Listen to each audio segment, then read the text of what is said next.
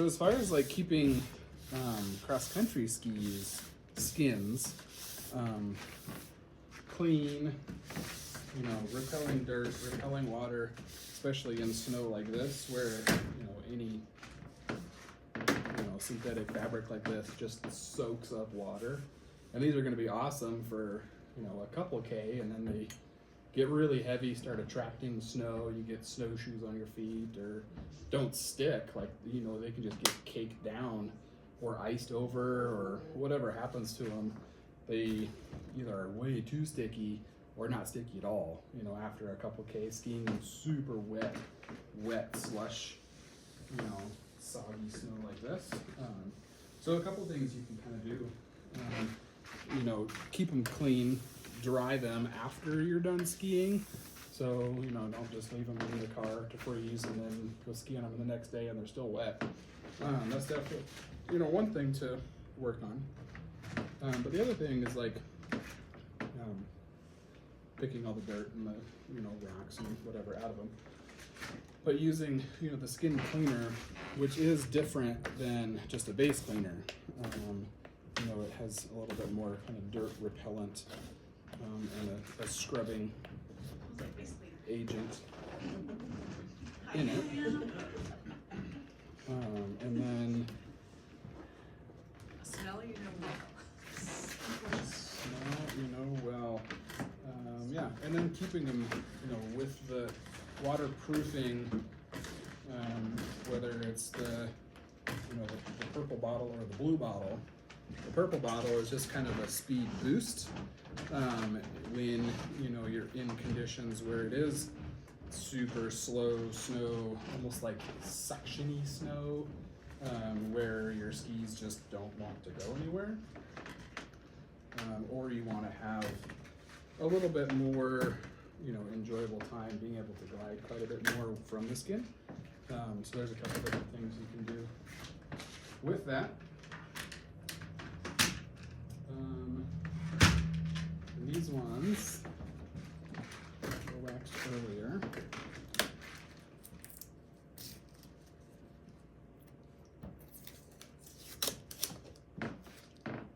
Pull the tape off of these guys. And before I scrape the wax off, I can just take, you know, the same skin cleaner, a little bit of the Fiberline, and the blue shop towels and stuff work okay, but I think the Fiberline kind of holds up a little longer. You kind of go with the grain of the skin and then back up a little bit to really not just get the top, but also underneath, you know, underneath the fibers. Rough it up a little bit. Is the skin cleaner there? This one, yeah. Good. Should have some of that somewhere. The same as that blue one there. No, it's cleaner too. It's a wax. The blue bottle, that one definitely helps clean and repel dirt and stuff. And does, you know, pretty decent, and it would kind of do, you know, a little bit everything. Where this one here is strictly more of a cleaner, not necessarily getting glide from it. There you go, that one. So same bottle, different packaging in that one, and that one comes with a little thing of Fiberline as well. So it's pretty cool. I mean, it definitely cleans the dirt out, cleans the pine sap, cleans old whatever, if you're skiing on the snowmobile trails, cleans the oil and the gas and all that junk if you're, you know, skiing around all over the place. Can definitely help with that. It also like helps kind of rejuvenate skins. You know, skins, depending on how much you use them, they'll last a couple seasons, which is pretty cool. But as you're nearing the end of the skin's life, the more you clean them, the more you waterproof them, the more you keep them hydrated and happy, the longer they're gonna last. And you'll kind of start to see, as we let this one dry, you'll kind of start to see like the last like third to half of the skin or so. These ones are still pretty decent, but the last like half to third of the skin will start to get white, lose fibers, you know, all sorts of stuff, just look worn out, you know. And you'll kind of start to see like right at the very front of the skin to do that too. But this kind of middle section, you know, still stays pretty decent. unless they are completely worn out, then you won't have any much left at all. But yeah, I mean, you definitely can tell when, you know, they're losing grip, especially, you know, when you're skiing in a condition that's, you know, pretty simple, 20-25 degrees or so, where the skins should be awesome, you know, and you just feel like they're slippy, feel like they're not really working the way that they should be or had been working, you know, in similar conditions. It might be time to either clean them and waterproof them or replace them altogether. But what happens is the fibers in there just get super tired, and they won't, like, you know, like your climbing skins, uphill skins, when you ski across, the fibers are down, right? And then they'll stand up when you grip, right? So it's just this motion, and they're just weak and falling out. So, you know, we can keep them happy for as long as we can. That's the best thing. But I mean, this is pretty dry now. It's, but yeah, just the waterproofing, and kind of the same thing. You can kind of go back up this ski skin a little bit, and this is just an alcohol base, so it's pretty quick drying. Like this one, you could keep in your pocket. The purple, you know, bottle F4 that we talked about last time is awesome because it can go tips and tails, and over the skin. That one works great. This one is a little bit more skin specific. Won't really have much of an effect on the tips or tails of the glide zones of the skis and stuff. This one, the Boost, the purple, definitely will help speed things up, repel a little bit more water, especially in the really sucky, wet snow, suctiony snow, like glazed, icy tracks. And, you know, so definitely, I mean, definitely can help make things faster, but also more enjoyable, you know, not necessarily after, you know, rocket ship speed of your skis, but also not draggy, not catchy, not, you know, just trying to have efficient glide, is what you're after in that one. And it can help.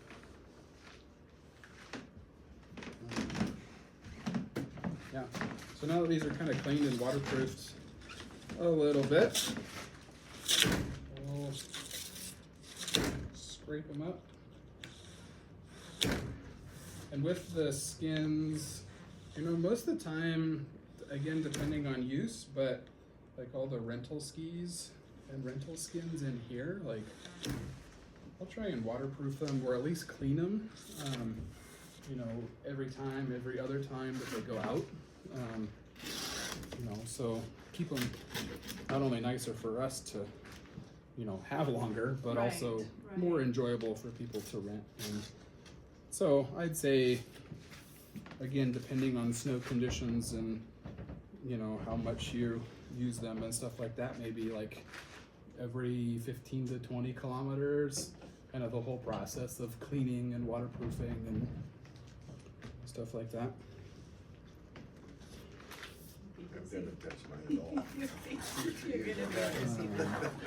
And you know, chances are, like, they could last quite a while. Especially with the wax. And when they're brand new, like either you replaced them or brand new set of skis, like the skin will last quite a while before it really needs some help.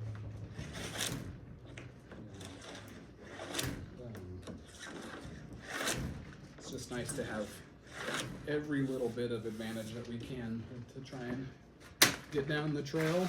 Right. Yeah. So this wax is very similar to the F4, but as we discovered, you know, on Tuesday when you were in here, we don't have any more F4. So this one is SG6, which is a Start, different brand, but very, very similar in the F4, kind of, you know, good generic middle purple range, you know, 20 to 30 range or so pretty decent. I do have a couple of them in that basket, I think.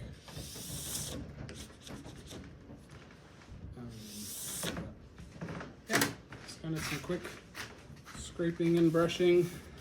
So Eric, as you get some wax into that skin, does it just, you just brush it out? It's not, Yeah.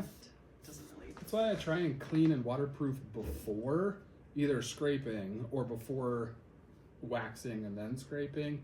You know, because after it's waterproofed, you know, you're not trying to clean the old stuff, you know, out again. Right. So yeah, and as long as you're not dripping wax into it, you can just Yeah, that's brush big it one. off. Just, as long as you're not dripping wax into it, it brushes out or just wipes out really fast. Oh. For the most part. Okay. You go Yeah. drip, drip, drip through the skin and it just blocks everything out. Yeah. And it just means you gotta go ski more Ks for a month. Yeah. And again, you know, like a reminder with the brush is always going kind of a tip to tail in direction of travel. So this ski, very rock and roll. It's been cleaned, Wow. nice and Pretty. happy. Yeah. Ginger's gonna be happy that her skis are waxed. Yeah, so this one has not been cleaned yet, the skin. Hi, Crazy. Nice. Hey. Little Luna loves to ski.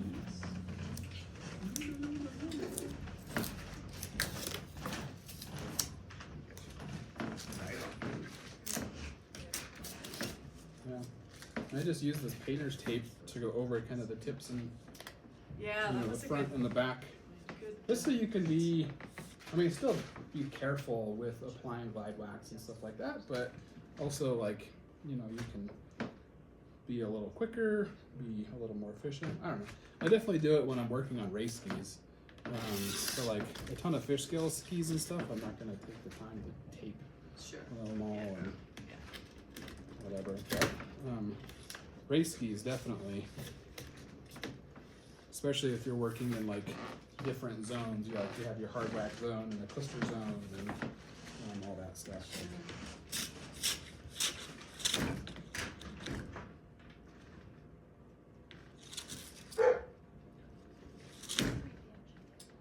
Can you ever scrape too much? Yeah, yeah. I definitely try and brush more than scrape, especially if you have one of this era of Matsu skis and the bases are not flat. You know, and you notice that like the base either has a concave in the tip or the tail, or you know there's just one spot that you can't really scrape with a couple of passes. Then I go at it with a brush, you know, because if you're starting to really dig at one spot more than anywhere else with a scraper, you're just going to make that spot worse. And in reality, like, we ski all over stuff, we ski whatever, but most of the time the damage that happens to our skis is from us when we're scraping and brushing. Like I've definitely put a lot of, you know, dings and, you know, scratches and all sorts of stuff in the skis from scraping and brushing, where I know that I've clobbered many rocks, you know, while skiing and stuff. Skis are meant to be skied on, so. But yeah, I mean, these haven't been cleaned or waterproof really, and just brushing it off is still not too bad at all. It sticks a little bit more, but yeah.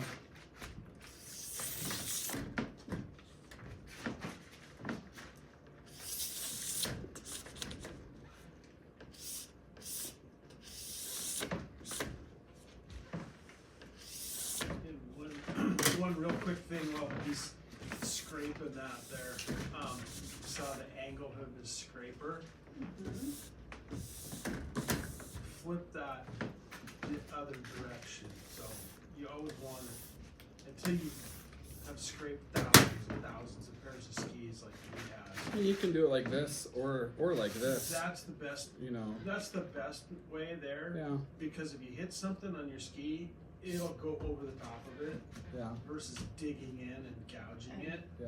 So, like I said, until you get a feel for it and you've scraped 1,000 pairs of skis, and whether you push it or pull it, it doesn't matter, but if you kind of keep it at an angle in the direction of travel, so if you do hit something, whether it's a little rock bump or drop of wax or something like that, it'll go over the top of it versus catching and digging in, Yeah, that sliding sideways and putting a big cut mark in it. makes Yeah. sense. I mean, I guess the biggest thing is just whatever is comfortable and consistent. I mean, like a metal scraper, I'll pull it, for that reason. And a metal scraper, especially keeping them really sharp, where you're trying to really clean the ski, really, getting something out of the ski, something like that. I'll definitely pull it. But like this, I'll use my thumbs kind of right in the middle here, and not necessarily bending the scraper like this, but just having Kind of equal stabilizing it. pressure. Yeah, exactly. Yeah. So you're not wiggling and wobbling and all sorts of whatever. But yeah, yeah. So you can kind of see like this, definitely has a little bit of, probably from my hand, but just a little dust of wax and stuff. So yeah, get rid of the dust, get rid of the whatever. And then we can kind of go back in with the cleaner. Either spraying on is okay, but it just kind of goes everywhere, or spraying onto the fiberline and then going in to the skin. Typically with most sprays of all things, glide wax, whatever, I'll spray onto fiberline and go onto the ski. With like the HS sprays, like the big cans and stuff, like those, are not super expensive and you can kind of just go quick down the ski. So I'll just run it like that instead of on the fiberline and then onto the ski. Sometimes you get like the little spray bottles that aren't actually like pressurized, so it's not a mist, it's just Right. Little stream. a little squirt, those will definitely go onto fiberline or a blue towel or something like that down. I'll let this dry. Sometimes I like to clean and waterproof the skin, let it dry as I'm dealing with the rest of the ski. And then by the time you're done scraping and brushing, whatever, this is dry and you can do the next step. But yeah, and there's still a little bit, but it's dry enough.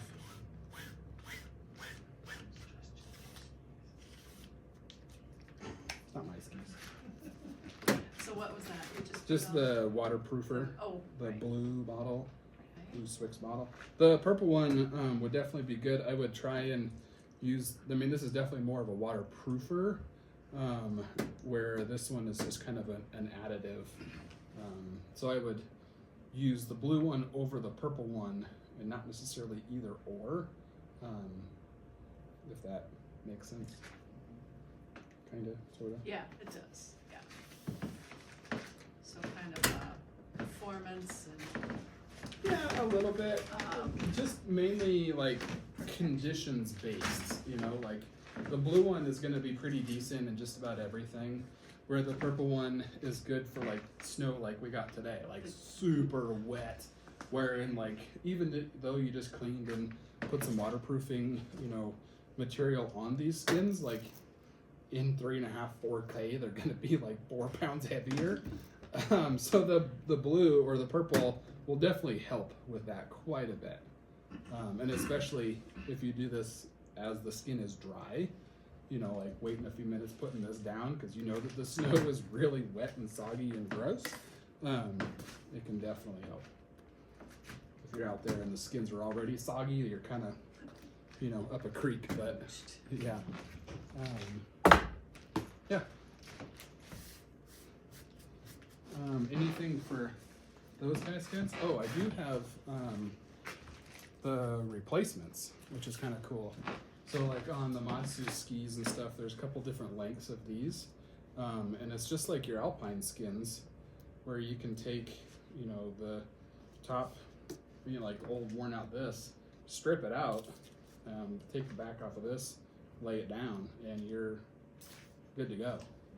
Which is super cool. Where like fish scales wear out and you're Right. you know, hose. You You're can done. use them as a, Make sure you you know, coat rack. stick it down in the. That's your action, yeah. It's really, really hard to go forward. They are to take the old ones out. Yeah. That's good one. Not really. I just go at it with, you know, like a knife or razor blade.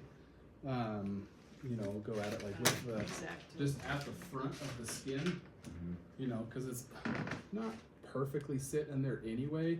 So you can kind of just pick out a little bit, and then this whole piece is solid, so if you get a little bit, you just peel it right out. Or hit it with a hair blower there. Yeah, you can warm it up a little bit too, that helps. That just softens that glue a The little bit, and then adhesive, just peel it right out. Yeah. Let it cool down, and pop that other one in. I've got something in my eye. I'm gonna go look in Yeah. your mirror. There's one right here too. It's right on the back side of this.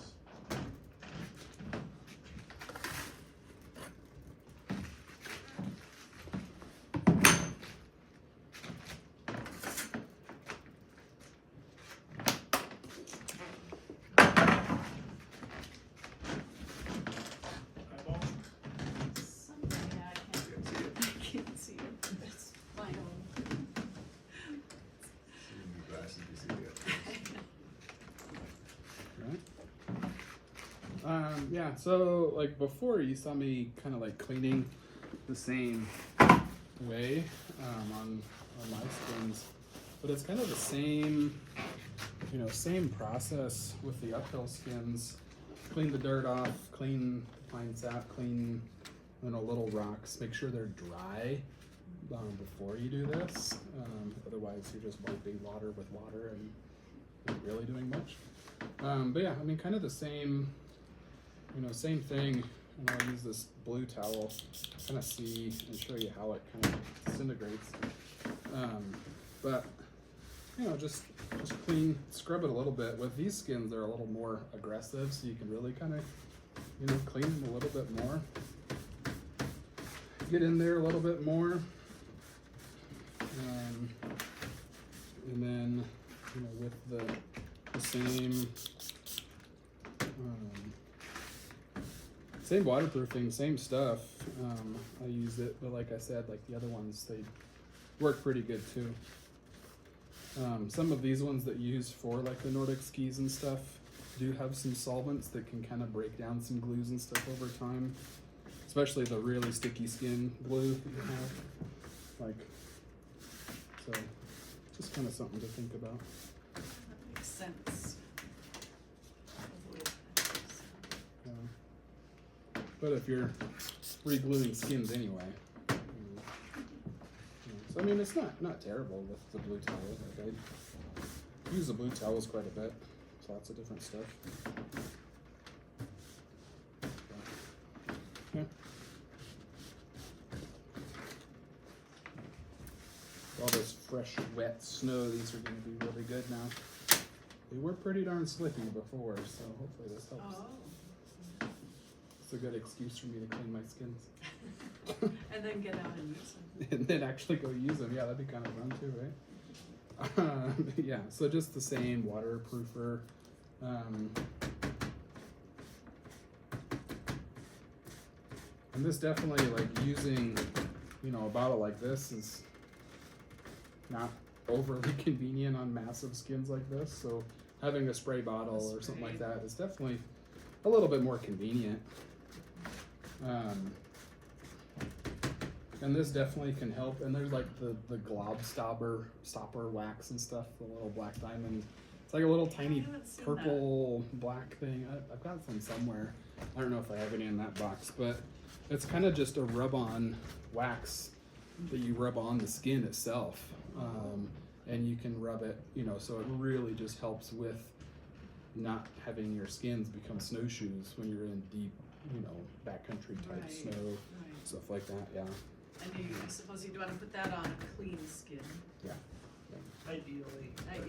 Yeah. You know, Definitely but helps. if you're There are times. 10 miles away from the car, you Yeah. put on what you got. You Yeah. know? I mean, it's also helpful to just have it in your pack and, you know, have something out there. Something is going to be better than nothing when you're out in the boonies and your skins are not working. Right. Yeah. But this, I mean, it's, like I said, like it's just an alcohol base, so 5-10 minutes things are gonna be pretty dry and ready to rock and roll again. But these ones, on the other hand, need some help. So, they're pretty darn grubby. Come on. I know. We need to, We need to have a discussion. But you can kind of see like oh, kind of full of whatever wood shavings and little rocks and dog hair and cat hair and pine needles, and the glue's not really like that functional anymore. Spots of glue that are missing, yeah. just old using them, which Right, is good yeah, to use them, but yeah. you take care of them. So Stuff happens. yeah, exactly. But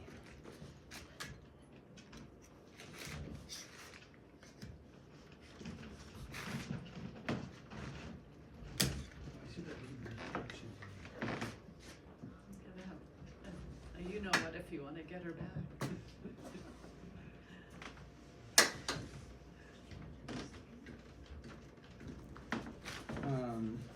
yeah, so I mean, you can little tiny spots. You can go at it with a pair of hemostats, a pair of tweezers. Get all the spend as much time as you want to getting all the junk out. That's just kind of time consuming. Yeah. But a hair dryer can work, or just a heat gun, is awesome. But just having a little bit of heat, and then just a putty knife, and just cleaning the hair, cleaning the junk, and just by doing that, you kind of get stuff already. Yeah. You don't need to go super crazy with it, but definitely, especially around the edges of your skins where there's glue missing. Looks like you're using kind of a lighter Asian touch. Yeah, you're not super, Medium, I guess. Yeah, would you say? not super If aggressive. you're new to it, you can get the $1.79 2-pack of plastic putty knives over at Ace. They work out really well. Yeah. I do have You know, some of so those just- already in my tool. Getting after the Yeah, pieces. yeah. And this is awesome, especially if you're going to kind of re-glue. So if you're wanting to completely re-glue skins, start from ground zero again. This can definitely be as much of a process as you want, and the more time you spend with this cleaning, like it definitely is good, and the new glue will stay. Right, better. yeah, that makes sense too. So, Oh, whatever blue man. fuzz that she had, Carpet hairs, probably something. car. Smart. Yeah. Did you say smart? Yeah, Blue fuzz in there. Got his hair. must be.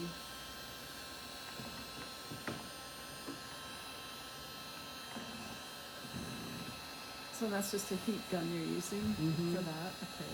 Yeah. Gotta have one battery. Well, that's Hair true. dryer works just Yeah, my hair dryer works fine, great. too. The electric ones that you plug in work awesome too. I have this one for applying clister, which is awesome when you are somewhere without any power. Right. Yeah. Yeah. It does eat batteries quite a lot, but Sure. you know. I'm never used to my Yeah. creme brulee, Creme brulee. fire in Yeah. Yeah, yeah, like the Wagner heat gun, they work Yeah. out fine. Some of those heat guns will heat up pretty hot pretty fast, so a little heat goes a long way when you're dealing Okay. with the glue. Yeah. So, any guesses on what temperature, like, turn it on and is it a, It gets pretty darn. so like a hot hair dryer? Yeah. Yeah. Probably? Yeah. Okay. Yeah, like you, hair dryer. The hair dryer is safe with Right, right. Don't use a blowtorch? Well, if that's all you have, then yeah, you No, gotta do what do you not gotta tell do. me that. But, That's why you hear stories of like people drying their skins next to the fire and then they wake up in the morning and their glue is gone. Oh, that could be me. Yeah, that could be me. And you're like, off in some hut somewhere and now your skins are just useless. And you're Eric, like, that this is hut awesome. is our wood stove heated home. So yeah, we hang them on a little drying rack next to the wood stove. I mean, you can definitely do that, but it's just kind of one of those things like keep watching them so they're not losing your glue. if they're 10 feet away, hanging on a drying rack, they're fine, kind of thing. Sometimes it has been a lot less than 10. Well, Most times it's not. Yeah. See, I mean, this can be as intensive as you want it Yeah, to be, you're really. you're getting some. But like this area right Close. here that I've cleaned, Yes. it hasn't taken that long, but there's also like not really that much glue on it at all, Yeah. So it's like these would not really stay on your ski, anymore. duct tape, So duct tape. nice to have a roll of duct tape. Yeah. But then, just using kind of just the adhesive, and this is like I pretty much did a pair of skis or a pair of skins with this bottle like a couple weeks ago.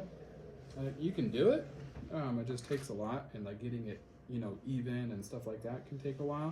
But there is like completely glue renew sheets. Well, that's your drink. I was like, wow, I thought it said Elmer's. I mean, maybe. I don't know.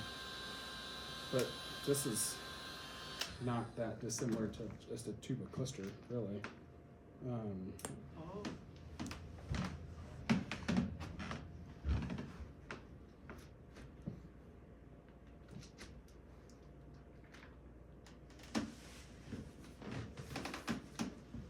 So you can touch up little spots with it. You can touch up sections of skin with it. You can, do all sorts of stuff just with this. And then the same tool, after it's cleaned with all the junk, just heating her up and smoothing her out.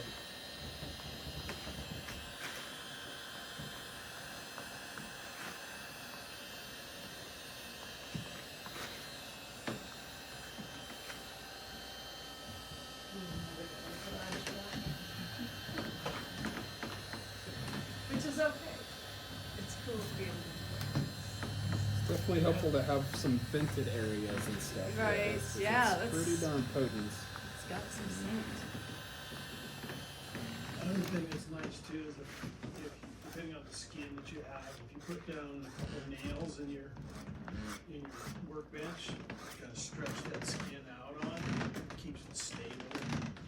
And work on it. Oh. I mean, here, like I've just clamped down the We'd probably sections of it. use, Bill Yeah, has that I mean, bench, so clamp we'd it probably down, use that. just something so you can make it stable while you're, Okay. spreading stuff on or move, I've seen scraping people stuff like off. put them upside down attached to their skis. Oh, yeah. Which, it can be useful, but it's also like you're also adding a ton of heat and whatever.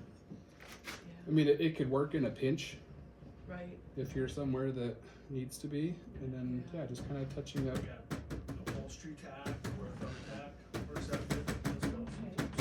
As long as it's long enough to, Stick it in the yeah. rings. Just kinda in the that corners. fit in. Oh, Just- right into yeah, the just right fabric. into the skin. Really? Yeah, with Did something not that's, damage it? something that small. I mean, I wouldn't pound a nail into there, so you are gonna put a hole in it, but like a thumbtack or a push pin or, something like that. Okay. It's pretty small.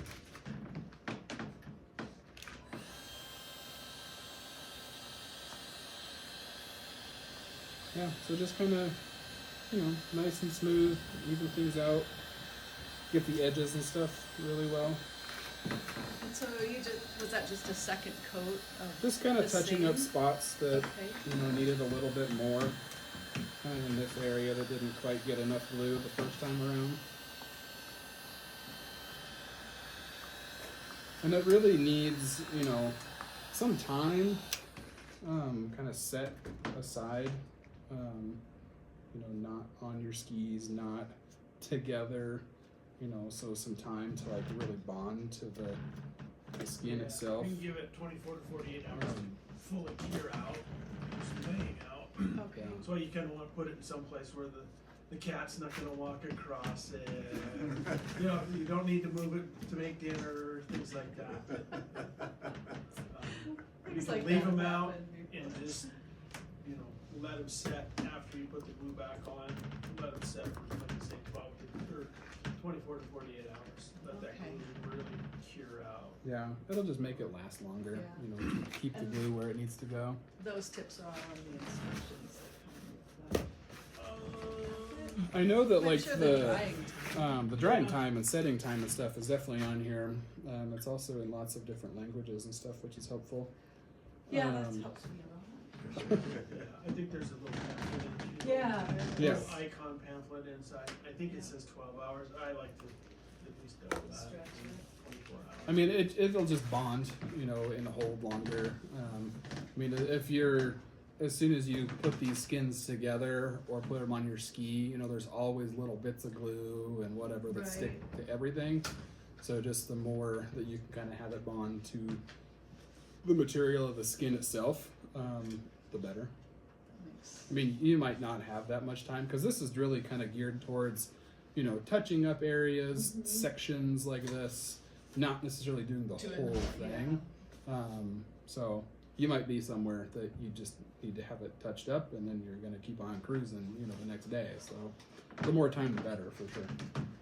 But you can kind of see already, like this is really hot stuff, but like this area is really good. Like this is, Oh, yeah.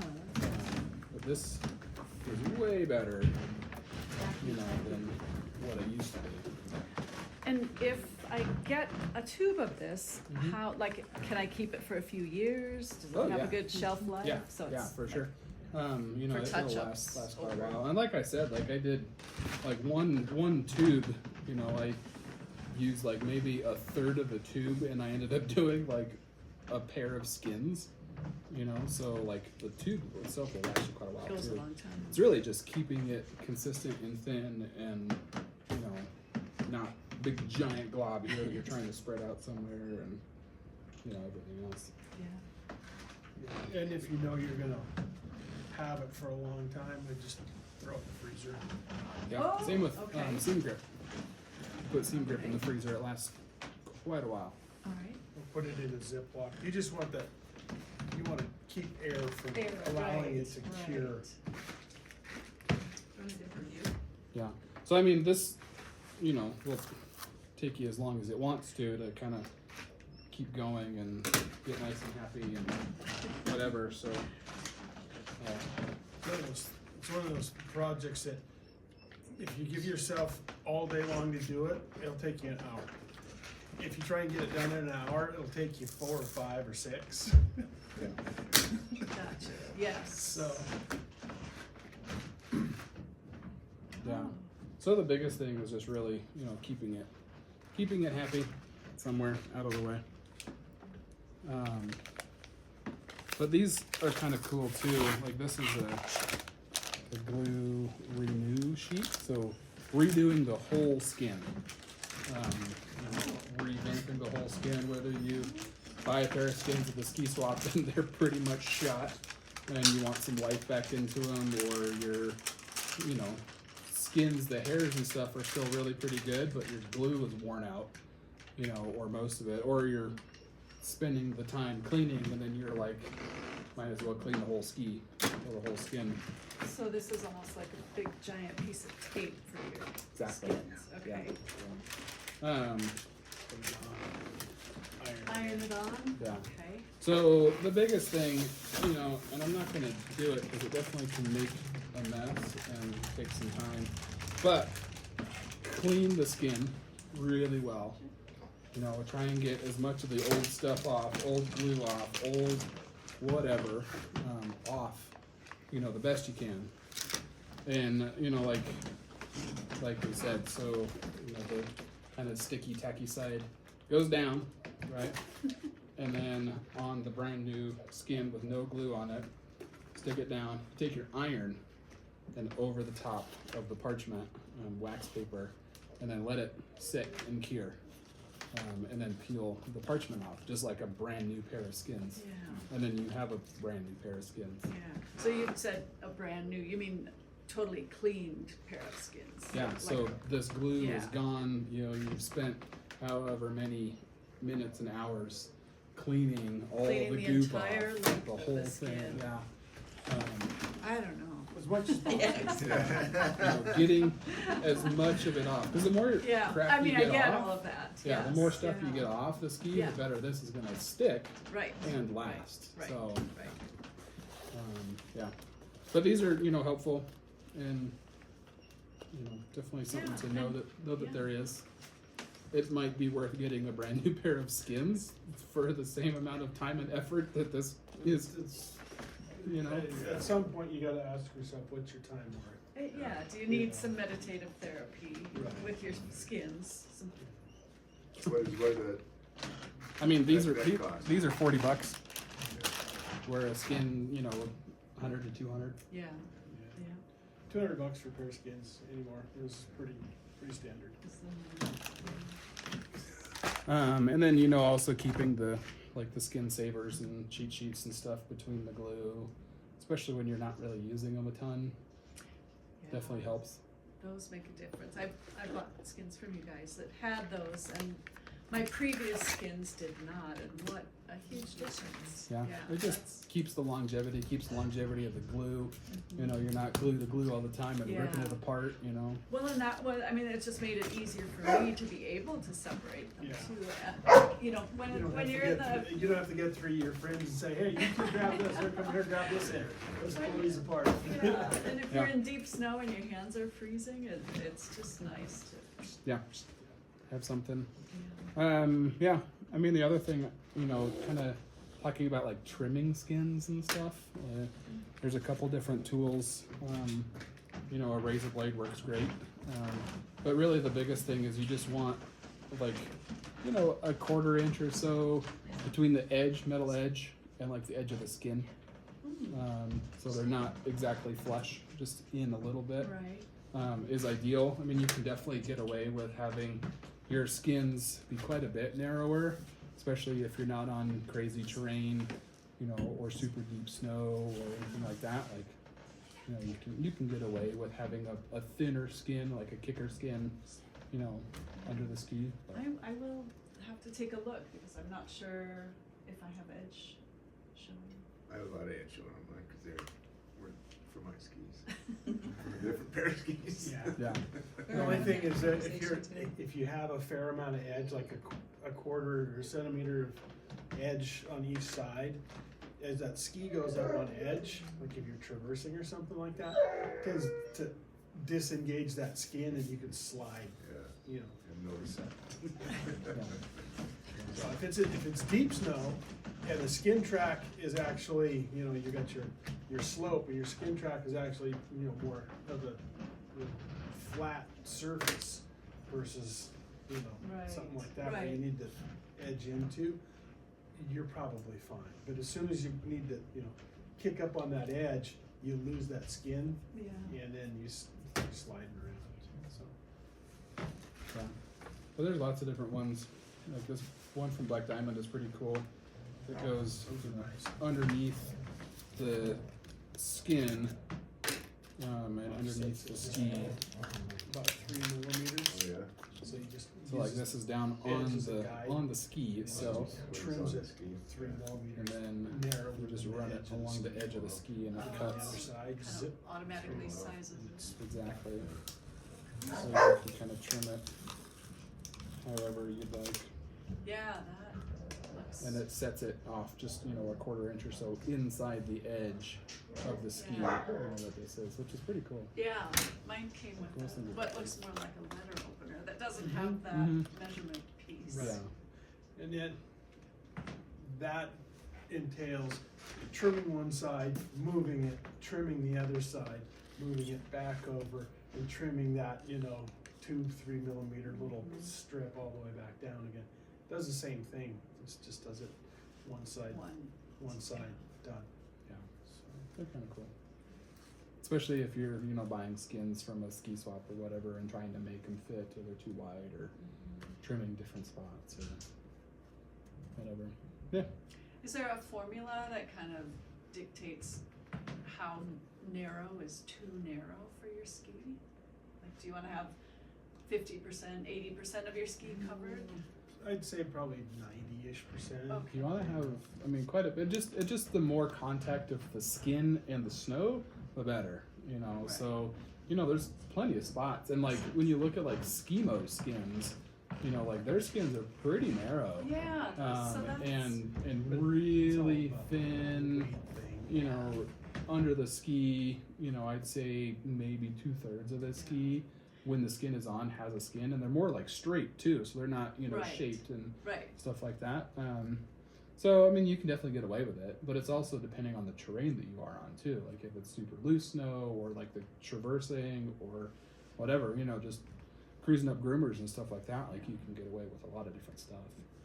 What I was wondering, this is probably not kosher, but I was wondering if for our mountaineering touring skis, could we get a set of skins and slice them right down the middle and each have half of a skin for our, Stretch your dollar. yeah. I mean, maybe like when you look at like Might have cross to country yes. skis and stuff Jerry. like that, Yeah, like if you're going with something like, you get 110 millimeters Right. skin or something, or 125 millimeter skin, and this is only 65 millimeters, then yeah, absolutely, we could do And, something and like just that. kind of fashion or rivet on our own little hook on Yep. for the tips and tails. and we've got lots of pieces for tips and tail kits and Okay. whatever. But I mean, you look at this, like it's, you know, quite a bit of edge on both sides. Yeah. Granted, yeah, this is not true. very big, but even if it was quite a bit longer of the skin, like this would work out pretty decent too. Yeah. There again, going back to what kind of terrain you're on, you've got that much narrower, and you get that ski up on edge, it disengages that skin, and it's like backwards instead of going forwards. So, Yeah. And this is the same skin that's on, you know, like these other skis and Yeah. stuff too, just a different ski. Yeah.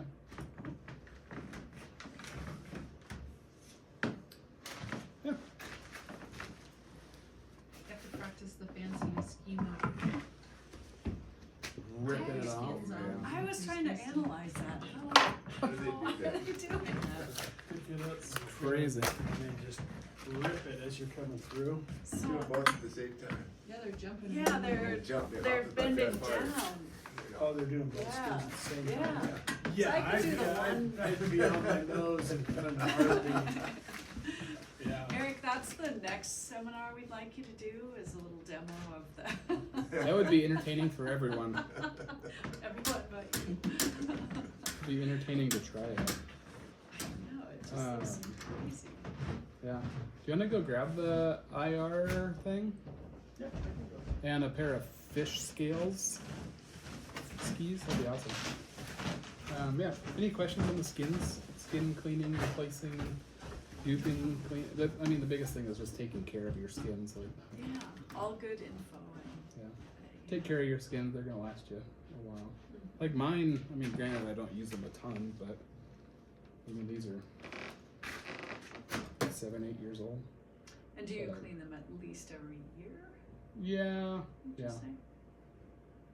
Yeah, I'd say like once a year. I mean, depending on how much I use them. If I go up and ski like on the pass, like in the Right. spring, like it's really wet, soggy snow, like Mhm. maybe every few times I'll use them. Or if they're like really saturated and like junk, or if I drop them in a mud puddle or whatever happens to them, like, you know.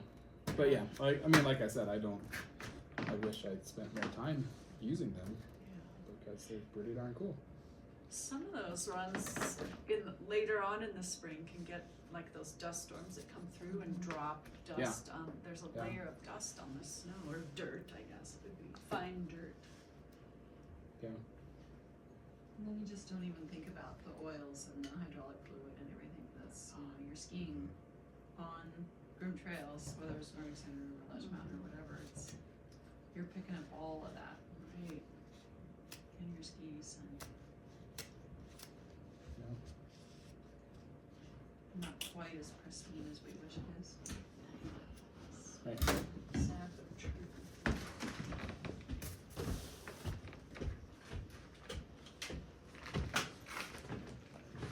You know what you want, so grab that. I don't care. Clearly a pair of skis that needs to be done. Those are waxed. I use the little kiddo ski, see if they even fit on this thing. Actually, these profiles are awesome for this. They're awesome anyway. I use these orange ones a lot. They're pretty cool.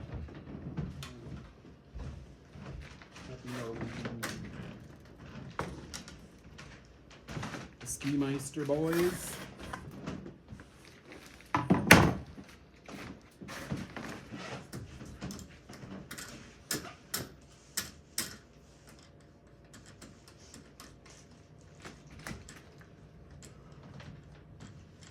Yeah.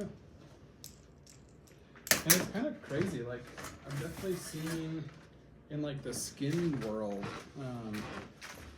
there's a lot of, like, really high-end skis, like, at the World Cup level with skins. Serious? Yeah. There's not a lot of Isn't that folks... cheating? There's not a lot of folks racing on skins, but there's skis at that level. So like skiing the Berkey, skiing, any, big race, rendezvous, things like that, where you Right. need to have good kick, but you can also sacrifice the glide. Because in reality, like, you can have decent kick with the skins, but you sacrifice the glide at that top level. Sure. Where you can get, a really, really good wax job, like with kick wax, clister, whatever. Yeah, these are terrible. They're dusty too. So, with a good wax, good hard wax, clister, kick wax, whatever, you can keep the speed, keep the glide. With You gotta use clisters. yeah, you gotta have good kick wax. But so there's not a lot at that really high end level. There's still everyone is using a kick wax of some sort. It's like getting this, or this. So, the razor itself is inside that. So it just offsets that trim.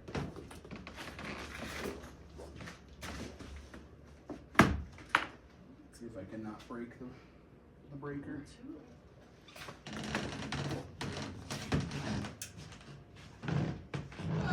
Get some Suntan. suntan at the same time. Can we do the lights, please?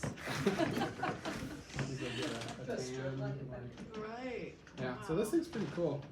And it's from Mountain Flow, so the same, they do tons of stuff, the little, tubes or whatever. Like, it's very, eco-friendly oriented company. And they do a good job. Like, it's cool stuff. Yeah. But, just with this generic, I like to use a little softer wax just because it melts a little better, but you can use really anything you want. And just craning it on, so over the scales.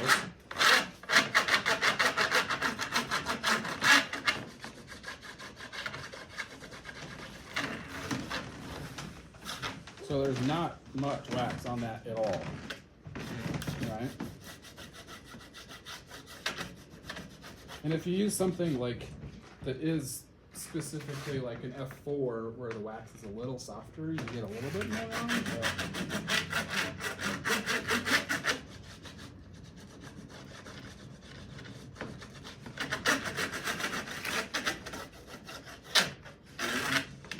So not, I mean, you can have a whole block of wax that lasts you like years if you do it this way. But not much wax at all, like hardly anything.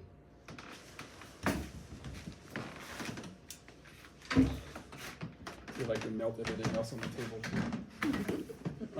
But yeah, you know, just, and you kind of find a sweet spot with it, but you know, just in here,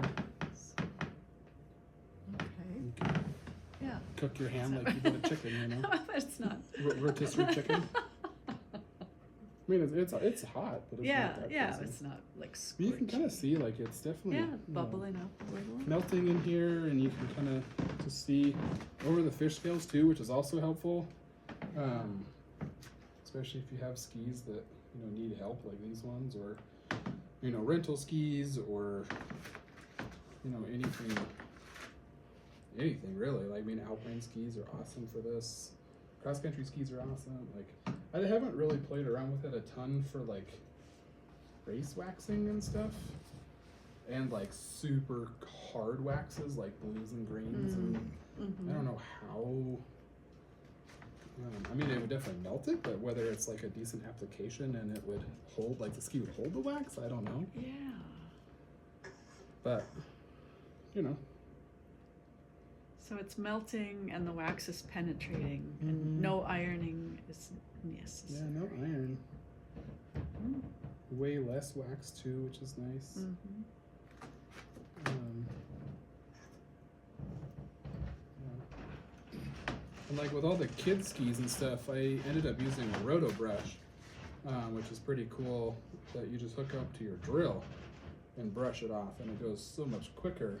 But a hand brush would work just as fine too.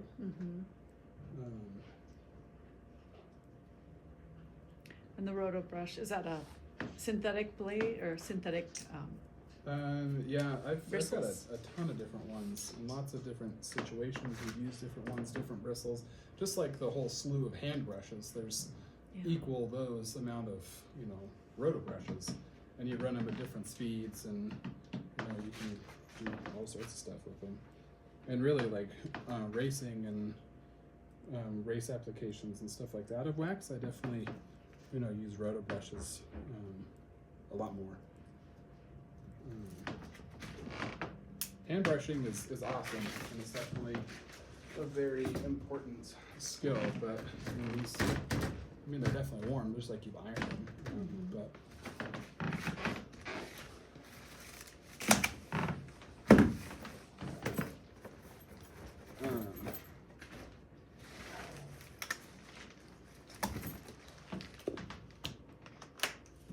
like this one, you can kind of feel like it's kind of a softer nylon, not quite as soft as this red one, not quite as stiff as this one. I'd say similar to this black one. Yeah, but like these are pretty cool, and you can run it at multiple different speeds, have different drills that run at different speeds, which is nice. But yeah, and let them cool off a little bit more. But I mean, the same kind of principle here is like letting it cool just like you would with an iron. Right. But, yeah, and then just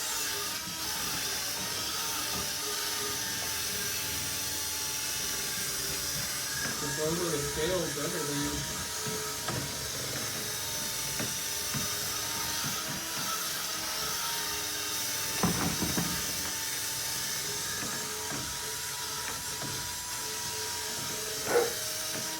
And not a lot of like down pressure with the brush either, with the Roto brushes. Like just let the brush do its job. I mean, these skis were pretty hammered to begin with, but they're way better now. Wow, yeah.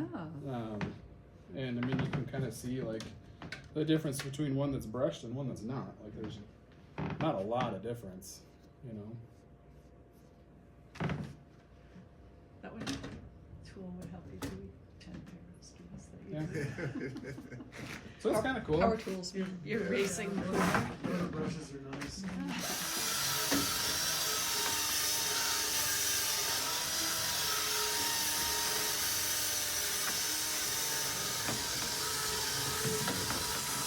Profiles are nice too. I saw that. I used to tell the kid in there. Just anything. Yeah. Yeah, these profiles are awesome. It's what lives on the bench downstairs all the time. Where I use them on like my tailgate in my truck Oh, sure. a lot. For doing all sorts of stuff, or putting them on the Sure. table here, putting them on the floor, like Yeah. doing all sorts of stuff, Right. or Kitchen like counter. your kitchen counter is an awesome spot for waxing skis. I do that a lot, or like in a hotel room, like the counter that you're not supposed to wax skis on. And Yeah. do that quite a bit, or like your Airbnb that you're like kind of cool to like have some wax skis right now. The That hot tub cover. I mean, it's endless. Yeah, but I mean, these is awesome, and really, like, I feel like it would be probably pretty similar to like a hot wax application. You know, a hot wax with an iron, dripping on, scraping, brushing might last a little longer, but like this is it's a cool tool that's new and different and fun, and you can do the fish scales too, which is awesome. That looked a lot easier than, So yeah, I mean these are ready to go. cool. Yeah, so it's kind of cool, different, fun new toys. Yeah, these are really cool. Like Good for the alpines too. awesome for the alpine. I mean, you can put your skis like right down the middle and work on edges and stuff. Oh, right. And they're like super grippy too. Like, you know, I'll mount skis with these all the time and like really crank on edges and all sorts of stuff. Like they're awesome. So the next version might have the edge sharpener right in the screw, and There you go. It's like a knife sharpener. Yeah. yeah, look the Ginsu. Yeah. They're super easy. I mean, they're super easy for all the kids to use. And Oh yeah. there's no setup. It's just super nice. Yeah. Cool. They look, I mean, when we first looked at them, you're like, I don't know how that's gonna work. And then you work on them a half a dozen times, and then you're sold, and you don't go back. Yeah, I don't put like a C-clamp vise on the bench unless I'm trimming skis or trimming skins. It's the only time I use it. I even- anymore, really. Yeah. I've trimmed skins with these quite a bit. As long as you can like keep tension on everything and Sure. you know whatever. But Yeah, Definitely. it just, I mean, I would do skins on those. It's just a personal preference. just I can definitely see the edge sharpening on a downhill or alpine. or like a snowboard, like cranking it right down the Right. middle, working on a snowboard is Right. big enough you can actually have it like a snowboard on the whole thing and not have it all over the place. Is